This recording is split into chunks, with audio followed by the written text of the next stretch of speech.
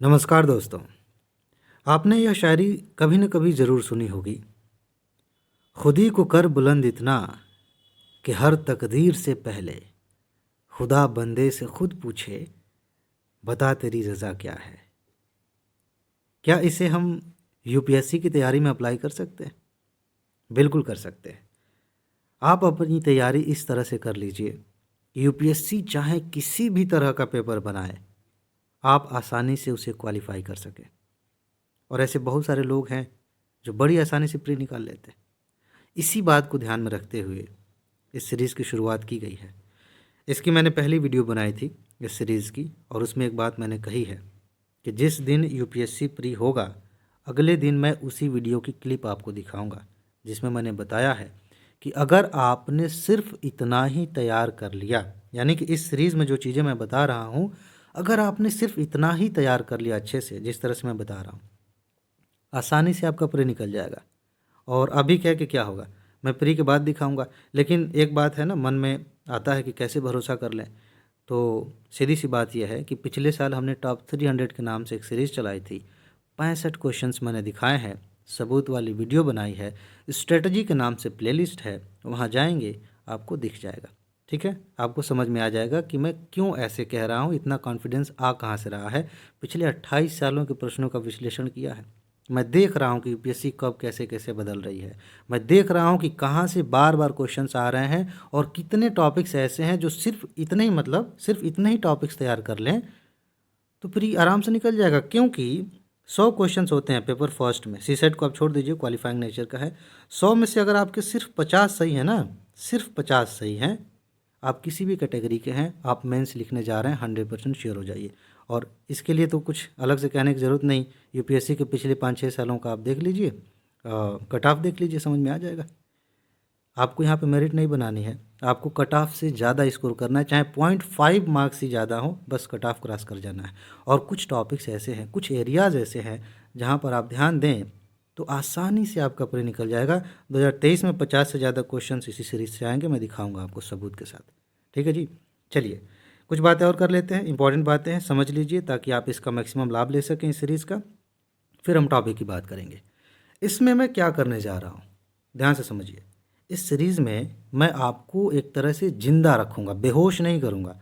क्योंकि कई सारी सीरीज़ हैं, लंबी वीडियोज़ हैं या लगातार सीरीज़ चल रही है, हम बेहोश हो जाते हैं। बेहोश होने का मतलब हम अपनी तरफ से एफर्ट नहीं लगाते। यहाँ पे आपको अपनी तरफ से जागरूक रहना पड़ेगा, तभी आप इसका मैक्सिमम लाभ ले पाएंगे। जागरूक कर रहा हूँ आपको, किस तरह से? मैं आपको ये बताने जा रहा हूँ कि क्या पढ़ना है, किस तरीके से पढ़ना है, ये भी बताने जा रहा हूँ, और किस टॉपिक से किस तरह से प्रश्न आते हैं ताकि आपकी सोच यूपीएससी मेंबर जैसी बन सके, वो भी मैं आपको बताने जा रहा हूँ। समझ रहे हैं ये सीरीज़ कैसे आपको हेल्प करेगी?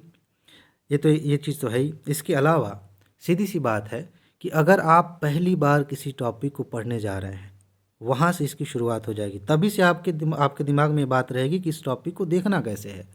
इसके अलावा जब आप रिवाइज़ करने जाएंगे, तब आप देखेंगे कि ये बातें आपके दिमाग में आएंगी, किस पे सबसे ज़्यादा फोकस करना है।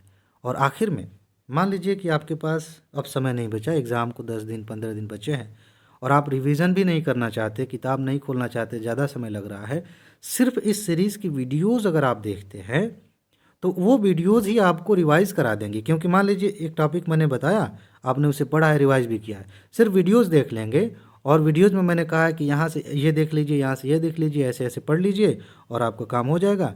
आपको समझ में आ जाएगा कि कितना अभी तक तैयार है और किसको एक बार बस 1 सेकंड के लिए देख लेना चाहिए।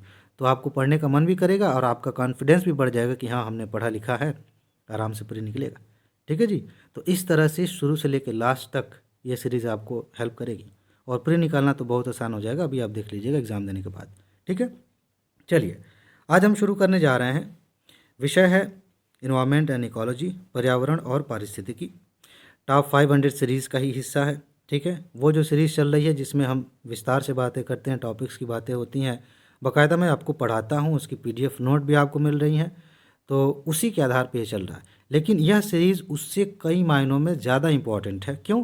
क्योंकि हो सकता है कि कई बातें ऐसी हों जो नोट में शायद मैंने उस तरह से ना बताई हों, या फिर मैंने उधर ध्यान ना दिया हो। यहाँ बोलते बोलते, बताते बताते कई सारी चीज़ें ऐसी निकल के आएंगी जो मैं कहूँगा कि इसको भी आप देखिएगा। इस रूप में ये काफ़ी ज़्यादा इंपॉर्टेंट है। बाकी पीडीएफ नोट आपके पास है तो चीज़ें आपके लिए काफ़ी ज़्यादा आसान हो जाएंगी, आप वहाँ से सीधे पढ़ सकते हैं। पीडीएफ की नोट लगभग कंप्लीट हो चुकी है, थोड़ी बहुत जो चीज़ें हैं वो लास्ट तक आपको मिल ही जाती हैं, वैसे लास्ट तक नहीं एग्ज़ाम से पहले, ठीक है। तो पीडीएफ नोट जिनको चाहिए वो जाएंगे कमेंट बॉक्स में, वहाँ पे लिंक दिया गया है, पूरी जानकारी आपको पता चल जाएगा। तो आज हम पर्यावरण पारिस्थितिकी की शुरुआत कर रहे हैं। पहले इस विषय को कंप्लीट करेंगे ताकि आपका कॉन्फिडेंस बढ़ सके, उसके बाद से एक एक करके बाकी विषयों को पूरा करेंगे। आज टॉपिक्स हैं 5। अगर आप नोट देखेंगे तो ये शुरू के जो 3 टॉपिक्स हैं ना, बेसिकली एक ही टॉपिक के तहत कंसिडर किया गया है। अब क्वेश्चन किस तरह से बनेगा, इसको ध्यान में रखते हुए हम टॉपिक की पढ़ाई करने जा रहे हैं, ठीक है जी। हाँ, और इसमें पहला जो टॉपिक है वो है एंटलर्ड हिरन। इसको कैसे पढ़ेंगे आप, कैसे तैयार करेंगे? कई बार हम बस कहानी पढ़ लेते हैं और चीज़ों को छोड़ देते हैं, बाद में समझ में आता है कुछ पढ़ा ही नहीं। 3 चीज़ें हैं जहां आपको ध्यान रखना है, जहां से क्वेश्चन बनते हैं, पहले भी बने हैं, अब भी बन सकते हैं, ठीक है। सबसे पहली बात यह है कि आपको क्लियर होना चाहिए कि एंटलर्ड हिरन किसे कहते हैं और कोई नाम है कि नहीं इसका। जब आप जाएंगे इसके बारे में पढ़ेंगे तो पता चलेगा कि इसका नाम तो डांसिंग डियर भी है, इसको संगाई हिरन भी कहते हैं। तो अगर कहीं एंटलर्ड हिरन के नाम से क्वेश्चन बन गया और आपने संगाई हिरन पढ़ा है और दोनों को समझ नहीं पा रहे हैं कि एक ही है, तो गलत होने की संभावना ज़्यादा है, या हो सकता है आप क्वेश्चन छोड़ दें कि यार ये पता नहीं कहाँ से पूछ लिया। तो एक चीज़ ये है कि आप इसके तीनों नाम याद रखेंगे, ठीक है। इसके बाद एक चीज़ और देख लीजिए, संगाई हिरण से कहाँ से क्वेश्चन बन सकता है। आप देखिए कि ये पाई कहाँ जाती है। आप देखेंगे यूपीएससी प्री का क्वेश्चन उठाकर देखेंगे, जब किसी पशु से, किसी जानवर से यूपीएससी क्वेश्चन पूछती है तो कई बार ऐसा क्वेश्चन में लिखा होता है कि यह फला जगह की स्थानिक है, या फिर यह यहाँ यहाँ यहाँ पाई जाती है। अगर आपको ये बात नहीं पता है तो दिक्कत हो सकती है। यूपीएससी ने ऊँट पे पूछा, गेंडे पे पूछा, गधे पे पूछा, हिरण पे भी पूछा है, वनस्पतियों को लेकर अक्सर पूछती रहती है। यानी कि ये वाली जो लाइन है ना कि ये इसका आवास कहाँ है, ये कहाँ है, कहाँ पाई जाती है, यूपीएससी के दृष्टिकोण से बहुत ज़्यादा इंपॉर्टेंट है। और यूपीएससी ऐसे ही नहीं पूछ लेती है, आपको पता है फॉरेस्ट सर्विस का भी एग्ज़ाम साथ में होता है, प्री का। बहुत सारे लोग फॉरेस्ट सर्विस में जाएंगे, उनको पता ही नहीं है कि कौन सा जीव कहाँ पाया जाता है, तो फिर क्या करेंगे जाके उधर, ठीक है ना। जानकारी तो होनी चाहिए, इसीलिए इस लाइन को यूपीएससी खूब बखूबी अच्छे से पूछती है, घुमा फिरा के भी पूछती है, ठीक है। तो ये आपको पता होना चाहिए। इसके अलावा आईयूसीएन में इसका क्या स्थान है, रेड लिस्ट है आईयूसीएन का, इंडेंजर्ड है कि क्रिटिकली इंडेंजर्ड है कि वल्नरेबल है ना। बस ये 3 चीज़ें आपको पता है तो ज़रूरी नहीं कि बस इतने से क्वेश्चन आएगा, लेकिन इतना ज़रूर पक्का है कि इन 3 चीज़ों को इग्नोर करके क्वेश्चन नहीं पूछा जा सकता। बात समझ रहे हैं? ये एक तरह से कहें कि बैकबोन है, रीढ़ की हड्डी है इस टॉपिक की। सिर्फ इतना ही आप पढ़ लेंगे, आपका काम चल जाएगा, ठीक है। काफ़ी चीज़ें मैं ऐसे ही बताता जाऊँगा, और जिस फॉर्मेट पे अभी बता रहा हूँ ना, हो सकता है कि आने वाले वीडियोज़ में फॉर्मेट और ऐसा बनता जाए। माफ़ कीजिएगा, वो गला फंस रहा था तो मैंने पॉज कर दिया था। हाँ, तो मैं ये कह रहा था कि इस फॉर्मेट में मैं बात कर रहा हूँ, आगे ये फॉर्मेट और बेहतर बनता जाएगा, जिससे आपकी तैयारी और ज़्यादा अच्छी हो जाए और आप अच्छे से टॉपिक्स को तैयार कर सकें। तो संगाई हिरण के बारे में ये 3 बातें आप जान लेंगे, आपका काम हो जाएगा। थोड़ी बहुत चीज़ें आप विशेषताओं के बारे में वैसे ही पढ़ लेंगे, टॉपिक में दिया हुआ है।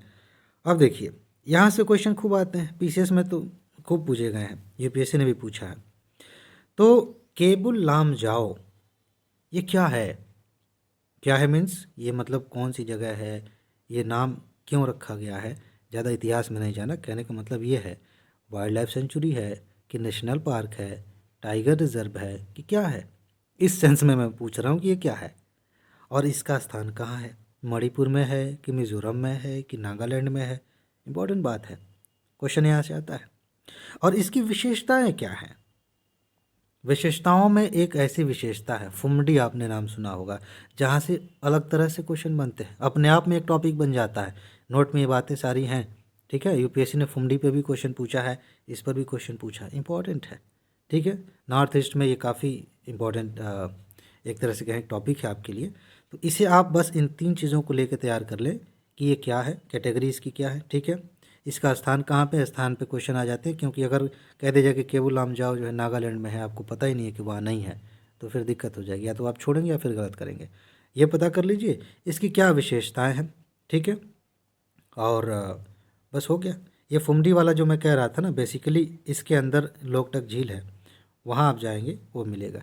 तो ये तीनों रिलेटेड है, मैंने पहले ही बताया कि तीनों टॉपिक्स रिलेटेड है। तो यहाँ आते हैं, लोकटक झील की बात करते हैं। वही क्या खास बात है जो मैं यहाँ कह रहा था ना, उस चीज़ को आप यहाँ रिलेट करेंगे। तो लोकटक झील कहाँ है, कभी कभी मिलान करने के लिए पूछ लिया जाता है, कभी कभी इस तरह से पूछ लिया जाता है कि राज्यों का जो है किस राज्य में है, या यूपीएससी के दृष्टिकोण से देखें, वैसे तो यूपीएससी भी ऐसे पूछती है कि किस राज्य में आई है, लेकिन यूपीएससी इस पर ज़्यादा जोर देती है, पहले भी दिया है कि इस झील की क्या खासियत है। और अभी जिसकी मैं बात कर रहा था उसके बारे में थोड़ा सा पढ़ लीजिएगा, ठीक है ना, तब आपको समझ में आएगा कि इस टॉपिक का मेन मुद्दा क्या है, मेन कंपोनेंट क्या है। बस इतना ही पढ़ना है, इतना ही पढ़ लेंगे आपकी तैयारी हो गई, ठीक है जी। अब देखिए, इस टॉपिक से यूपीएससी ने मेरे ख्याल से, जहाँ तक मुझे ध्यान आ रहा है, पिछले 5-6 सालों में 2 बार प्रश्न पूछे हैं, ठीक है, चंदन पे। और इस बार भी क्वेश्चन आने की संभावना है, कई कारण है, और एक कारण कुछ लोग गेस कर सकते हैं, ठीक है, अच्छी बात है, लेकिन ये टॉपिक इम्पॉर्टेंट है। किस तरह से क्वेश्चन आते हैं, देखिए हमारे यहाँ अलग अलग तरह की वनस्पतियाँ हैं। यूपीएससी कभी भी, आप देखेंगे, कभी भी ऐसा साल जाने नहीं देती जिस साल वनस्पतियों से क्वेश्चन ना पूछा जाए। मैं दावे के साथ कह रहा हूँ, कभी कभी 3-3, 4-4 प्रश्न आए हैं, कम से कम एक क्वेश्चन तो पक्का है, ठीक है। अभी 2022 का देखेंगे, 2021 का देखेंगे, आपको प्रश्न मिल जाएंगे, ठीक है। और वनस्पतियों में ऐसे नहीं किसी का भी उठा कर नहीं पूछ लेती यूपीएससी, ठीक है। खैर, लाल चंदन की बात कर रहे हैं, वनस्पतियों पे तो मैंने बाकायदा वीडियो बनाया है, उसकी वो टॉपिक हम भूगोल में डिस्कस करेंगे तो बताऊंगा कैसे तैयार करना है। आपको देखना है कि लाल चंदन की विशेषता क्या है। भारतीय चंदन, लाल चंदन दोनों के बारे में मैंने बताया है, अच्छे से उसको तैयार कर लीजिएगा। इसकी खासियत क्या है, किस तरह का पेड़ है ये, इसकी उपयोगिता क्या है, ठीक है ना। इसके होने के लिए, यानी कि इसके एक तरह से कहें कि विकसित होने के लिए कौन कौन सी परिस्थितियाँ चाहिए, किस कैटेगरी में आप इसे रखेंगे। क्योंकि यूपीएससी ने एक बार पूछ लिया था कि अगर आप हिमालय से गुजर रहे हैं तो वहाँ से किस तरह की वनस्पतियाँ आपको दिखेंगी, और ऑप्शन में दे दिया था एक लाल चंदन भी था। लाल चंदन उधर नहीं उगता है, उस तरह की परिस्थितियाँ हिमालय के आसपास नहीं है, समझ रहे हैं ना, प्रायद्वीपीय भारत में ऐसी परिस्थितियाँ बनती हैं। तो इसीलिए इसका ध्यान रखना है, इसकी विशेषताओं में। इसे आप देख लेंगे। स्थान की बात मैंने बताई इनडायरेक्टली कि किस जगह पे किस प्रकार की जलवायु में चंदन उगता है, चंदन विकसित होता है, इस तरह की वनस्पतियाँ पाई जाती हैं, इसका ध्यान रखेंगे। और एक चीज़ और है, संरक्षण के लिए क्या किया गया। अब इसमें ये वैसे तो बड़ा ही वेग और अस्पष्ट टॉपिक है, लेकिन संरक्षण से मेरा मतलब है कि लाल चंदन के बारे में आप 2 चीज़ें देख लीजिए कि क्या इससे भारत में वन संरक्षण अधिनियम बना है ना, उसमें रखा गया है, रखा गया है तो किस शेड्यूल में रखा गया है, इसे ध्यान रख लेंगे। और IUCN की रेड लिस्ट में इसे कहाँ रखा गया है, बस इतना ही हो गया। इससे ज़्यादा आपको इसके बारे में पढ़ने की ज़रूरत नहीं है, समझ रहे हैं ना, क्लियर हो गया। सिर्फ इन इन 3 चीज़ों का आप ध्यान रख लें, एक तरह से क्वेश्चन बना लें कि इसकी क्या विशेषताएं है, स्थान क्या है, संरक्षण के लिए क्या किया गया है, इसका जवाब खोज लीजिए, अच्छे से तैयार कर लीजिए, जो याद करना है कर लीजिए, काम हो गया। इतना ही तैयार करना था। अब आते हैं डॉल्फिन पे। डॉल्फिन पे भी यूपीएससी ने प्रश्न पूछे हैं, कई बार प्रश्न आते हैं, पीसीएस में भी आते हैं। और अगर प्रश्न आते हैं तो किस तरह के आते हैं, हमारे दिमाग में ये होना चाहिए। देखिए सीधी सी बात है, अगर आप एग्जामिनर की तरह सोचना शुरू कर देते हैं ना, आपकी 70% तैयारी उसी दिन से शुरू हो जाती है, एकदम सही डायरेक्शन में, एकदम कमाल की तैयारी हो जाती है। आप स्टूडेंट कब तक बने रहेंगे, ये प्रतियोगिता है, आपको BA MA का एग्ज़ाम नहीं देना है, समझ रहे हैं ना। और प्रतियोगिता में आगे बढ़ने के लिए आपको उस व्यक्ति की तरह सोचना पड़ता है जो एग्ज़ाम लेने वाला है। किस तरह से क्वेश्चन बनते हैं, इससे कैसे क्वेश्चन बने हैं। भाई डॉल्फिन है तो डॉल्फिन कहाँ पाई जाती है, क्वेश्चन आ सकता है, आया भी है, सीधी सी बात है। तो आप देखिए कि गंगा डॉल्फिन कहाँ पाई जाती है, सिंधु डॉल्फिन कहाँ पाई जाती है। वैसे तो आप ऐसे देखेंगे तो ये नदियों के नाम है, तो आप सीधा सीधा देख ले रहे हैं कि हाँ इस नदी में पाई जाती है, लेकिन कभी कभी राज्यों को लेकर के भी प्रश्न पूछे जा सकते हैं। अब सिंधु नदी सिर्फ भारत में नहीं बहती है, पाकिस्तान में भी बहती है, इसका भी ध्यान आपको होगा, तो इसको लेकर घुमाया जा सकता है, ध्यान रखिएगा, ठीक है। तो कहाँ पाई जाती है इसका आप ध्यान रख लीजिए, इसकी क्या खासियत है। अब देखिए क्या होता है, कई बार यूपीएससी जीवों पे प्रश्न पूछती है, तो ऐसे जैसे एक बार उस पे पूछा गया था समुद्री गाय पे, तो उसके बारे में, उसकी विशेषताओं के बारे में यूपीएससी पूछ लेती है कि इसकी खास बात ये है, ये शाकाहारी है कि नहीं है, कहाँ पाई जाती है, इस तरह से। एक बार हाथी पे क्वेश्चन यूपीएससी ने पूछ लिया था, वो जो केरल में घटना हुई थी, पटाखा खिला दिया गया था, खिला नहीं दिया गया था, उसने खा लिया था, इन्होंने जो भी है कहानी छोड़ देते हैं, हाथी की मौत हो गई थी। तो अगले साल क्वेश्चन पूछ लिया मेरे ख्याल से उसी साल। तो हाथी के बारे में विशेषताओं में पूछ लिया, नर मादा को लेकर के क्वेश्चन पूछ लिया, उनकी क्या खासियत है, झुंड में कैसे चलते हैं, इस तरह की बातें शायद थी। ठीक है।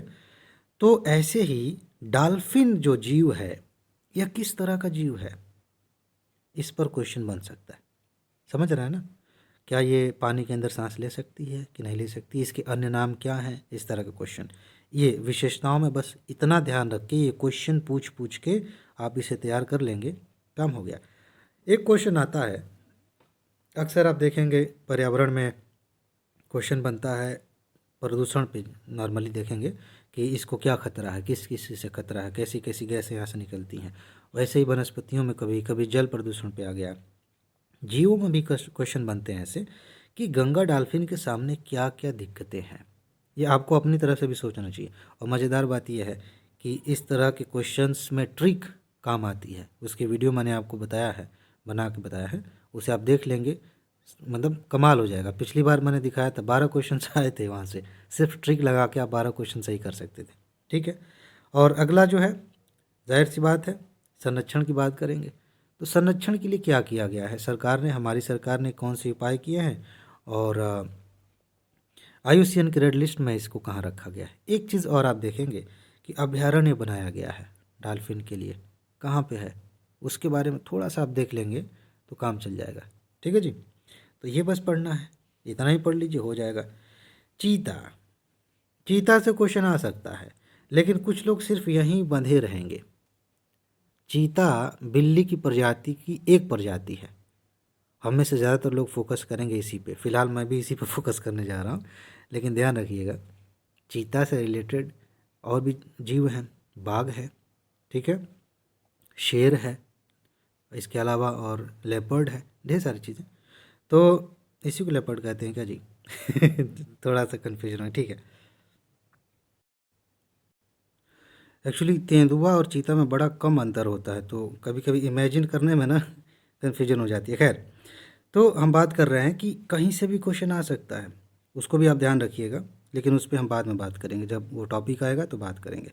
चीता आपको कैसे तैयार करना है, इस टॉपिक को कैसे तैयार करना है, सबसे मेन बात यह है कि इनकी विशेषताएं क्या होती हैं। देखिए, हमारे यहाँ से चीता विलुप्त हो गया था, कब, इस उसके बाद कई सारे क्वेश्चंस आए हैं, ठीक है। और अब वो लाइन गलत हो जाएगी, जैसे पहले ये लाइन लिखी आती थी, भारत में चीते नहीं पाए जाते, अब पाए जाते हैं, ठीक है ना, ये चीज़ ध्यान रखिएगा।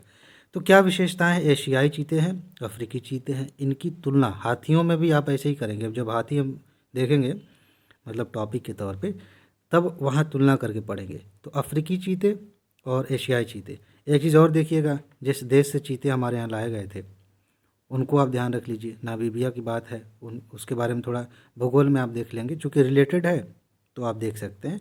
फिलहाल हम विशेषताओं की बात करेंगे। निवास स्थान इनका, अभी एशिया में किस देश में पाए जाते हैं, भारत के अलावा, भारत में भी आए हैं, और कोई देश है ध्यान आ रहा है, ध्यान रखिएगा, वहाँ से क्वेश्चन आ सकता है। तो निवास स्थान देखिए, और वही क्वेश्चन, वही बात कि यहाँ पे ये स्थानिक है कि और भी जगहों पे पाए जाते हैं। स्थानिक का मतलब ये होता है कि किसी खास जगह पे ही पाए जाते हैं, उससे बाहर कहीं नहीं पाए जाते, ठीक है ना। IUCN में क्या है, IUCN में इनका स्थान क्या है, यहाँ से क्वेश्चन आता है, आ भी सकता है, और थोड़ा सा घुमा के भी आ सकता है। जैसे कि एक होता है कि सीधा सीधे पूछ लिया गया कि किस कैटेगरी में आता है, एक ऐसा तरीका होता है कि UPSC खुद बताती है कि यह जीव वल्नरेबल कैटेगरी में आता है, और पता चलता है कि ये तो इंडेंजर्ड में आता है। तो इस तरह से भी क्वेश्चन आता है, ध्यान रखिएगा। भारत में चीते आए हैं, इसको लेकर के आप थोड़ा सा डिटेल पढ़ लीजिएगा, PDF नोट में है, आपके पास भी होगा, मैगज़ीन वगैरह आपने ली होगी तो वहाँ ये सब चीज़ें मिल जाएगी आसानी से, ठीक है जी। तो भारत में चीतों की क्या दशा है, क्या स्थिति है, वो आप देख लेंगे। एक चीज़ और ध्यान रखिएगा, जब आप विशेषताएं पढ़ने जा रहे हैं ना, तो एक क्वेश्चन आने की संभावना यहाँ ज़्यादा है विशेषताओं को लेके देखा जाए तो, कि ये किस तरह की जलवायु में रह सकते हैं। क्योंकि दिक्कत ये है कि हमारे यहाँ से तो विलुप्त हो गए थे। आखिर क्या कारण थे? ज़्यादा शिकार उसका कारण था कि जलवायु का भी कोई योगदान था? तो किस तरह की परिस्थितियाँ, किस तरह की जलवायु इनके रहने के लिए अच्छी मानी जाती हैं, इससे आप ध्यान रखेंगे। ठीक है जी। बाकी उनकी कुछ और विशेषताएं हैं एक जीव के तौर पे, तो उसको आप देख लेंगे। इसके बाद आज के टॉपिक्स में आखिरी टॉपिक है घड़ियाल। अब घड़ियाल से क्वेश्चन आप नाम सुने होंगे, घड़ियाल, मगरमच्छ, है ना, कई तरह के नाम होते हैं। इनका अंतर आपको पता होना चाहिए। जैसे एक ही प्रजाति में कई तरह के जीव हो जाते हैं, ये भी है, घड़ियाल है, मगरमच्छ है, और भी एक नाम है, भी ध्यान नहीं आ रहा है। तो आप विभिन्न प्रजातियों को देख लीजिए, ठीक है। और ये संरक्षण में आप देखेंगे ना, तो आप पाएंगे कि अलग अलग कैटेगरीज हैं। कोई वल्नरेबल में है, कोई इंडेंजर्ड में है, ठीक है ना, इसका ध्यान रखिएगा। यूपीएससी ने एक बार पूछ लिया था कि किस नदी में ज़्यादा पाए जाते हैं, इस तरह का क्वेश्चन था, चंबल नदी उसका आंसर था। सीधा सा क्वेश्चन था, लेकिन जिन्होंने नहीं पढ़ा है उनके लिए कठिन था। और बात वही है कि ये कहाँ पाए जाते हैं। अब देखिए ना, अगर किसी के पास समय हो और वो लिस्ट बनाने बैठें कि यार जीवों से कितने प्रश्न आए हैं, जीवों से मतलब अलग अलग प्रकार के जीव, ठीक है, तो उनको एक पैटर्न दिखाई देगा यूपीएससी का, कि यूपीएससी कुछ खास नहीं पूछ रही है। किसी भी जीव, चाहे वो बाघ हो, हाथी हो, कोई भी हो, ज़्यादातर चीज़ें कॉमन है कि वो कहाँ पे पाया जाता है, इसका ध्यान रख के यूपीएससी पूछ रही है। ज़्यादातर जो भी क्वेश्चंस पूछे जा रहे हैं, आप देखेंगे 99% संभावना इस बात की है कि यह बात उसमें निहित होगी, कभी कभी डायरेक्ट, कभी इनडायरेक्ट, कि यूपीएससी जानना चाहती है कि आपको पता है कि नहीं कि ये जीव कहाँ पाया जाता है। तो आप देखिए कि कहाँ पाए जाते हैं, ठीक है। संरक्षण के लिए मैंने बताया कि आप देख लीजिए आईयूसीएन में क्या इनका स्टेटस है, और जो अधिनियम बनाया गया 72 वाला, 1972, इसके भी नोट आपके पास है, तो उसमें इसको क्या कहाँ रखा गया, बस इतना ही देख लेंगे, आपका काम हो जाएगा। अगर आपने इसी तरह से सिर्फ वीडियो देखा है, तो मैं आपको एक बात सजेस्ट करूं कि आप कॉपी किताब लेकर बैठिए, अपनी नोट लेकर बैठिए। जो टॉपिक आ रहा है उसे सर्च कर लीजिए अपनी कॉपी में, ऑनलाइन सर्च कर लीजिए, कहीं भी देख लीजिए। नोट है तो नोट में देख लीजिए।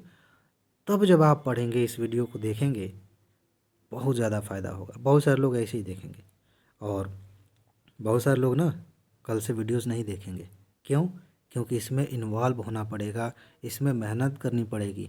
अगर मैं रोज़ स्ट्रेटजी वाली वीडियो बनाऊँ ना, ये कर लो, वो कर लो, ये ऐसा निकल जाएगा, बहुत मज़ा आएगा लोग खूब देखते हैं, ठीक है, लेकिन उससे फ्री किसी का नहीं निकलता। फ्री निकालने के लिए हमें काम करना पड़ता है। इतना आसान तो कर दिया मैंने, बता रहा हूँ ना कहाँ से क्या पढ़ना है, लेकिन इसके बावजूद लोग पढ़ेंगे नहीं। बाद में क्या कहते हैं कि हमने तो बड़ी मेहनत की, साल भर 2 साल मेहनत की, नहीं निकलता। झूठ बोलते हैं, मेहनत की होती तो निकल जाता। और कुछ लोग करते भी हैं तो सही जगह नहीं करते हैं। और वही मैं बता रहा हूँ कि इसका अगर मैक्सिमम ज़्यादा, दूसरों से ज़्यादा लाभ लेना है, तो कल से ऐसा करिएगा, इन्वायरमेंट की बुक लेकर बैठिए, नोटबुक लेकर बैठिए, जो भी आपके पास है, पीडीएफ नोट है तो वो लेकर बैठिए, और जो टॉपिक मैं बता रहा हूँ साथ साथ उन चीज़ों को देखते जाइए, जहाँ ज़रूरत पड़े हाईलाइट करते जाइए, बहुत अच्छे से तैयारी हो जाएगी। ठीक है जी। जैसे मान लीजिए 23 मिनट की वीडियो है, कल से थोड़ी और छोटी हो जाएगी, हो सकता है 17-18 मिनट की वीडियो बने, और उसे आप लंबा लेके जाइए। 18 मिनट की अगर वीडियो है तो कम से कम उसे 40 मिनट का बनाइए। आराम से पढ़ते पढ़ते चलिए। वीडियो पॉज किया, उसमें जो बातें बताई जा रही हैं उनको खोजा, देखा, उस नोट में नहीं है तो कहीं और से खोज के वहाँ नोट किया। इस तरह से तैयार करेंगे, बहुत लाभ मिलेगा। ठीक है जी। तो आज की वीडियो काफ़ी लंबी हो गई है, इसमें इतना ही रहने देते हैं। अपना ख्याल रखिए, खुश रहिए, मस्त रहिए, मुस्कुराते रहिए, जल्दी से सफल होइए और ज़िंदगी को एंजॉय करिए। आगे मिलते हैं। नमस्कार।